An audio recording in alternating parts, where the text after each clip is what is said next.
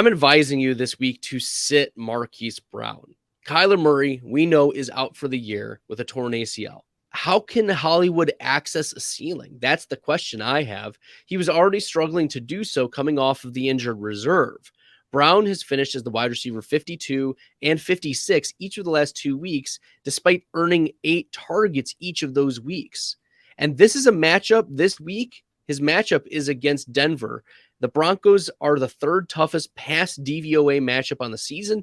They allow the second fewest fantasy points to wide receivers.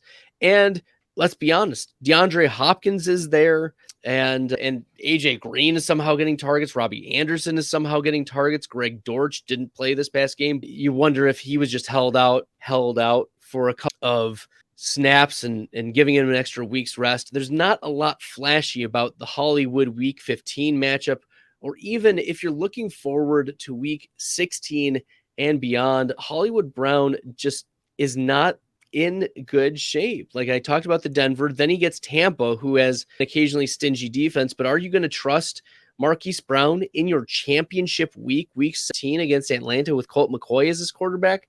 If you like the content, make sure you're hitting that red subscribe button. Bless your hearts, bless your souls. I don't know if I could do that after benching him the last couple weeks, especially against him, like Marquise Brown not doing well against the Chargers, who typically give up fantasy points to the wide receiver, and not doing well against New England, and not doing well, we project, against Denver.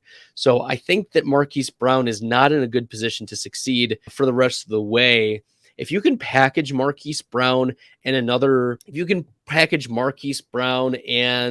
I don't know, a Greg Dulcich to try to get Travis Kelce, if your trade deadline if your trading is still available, like those are the types of things that like Marquise Brown has named to him, and he has production this year that matters. But if someone, I don't know, that's the type of thing where you got to try to fish around and see, is Hollywood Brown's value from the general consensus higher than how he should be valued? And he's being valued more than I think what he should be. His consensus this week is the wide receiver 28, and I don't think wide receiver 28 is a good ranking for Marquise Brown. Like I think outside of the top 30 is the spot for him. So you should not be aggressive in starting Marquise Brown. There's just not a lot of upside with Colt McCoy and sharing targets with DeAndre Hopkins and sharing targets with the other wide receivers. And James Conner was going to get his touches as well.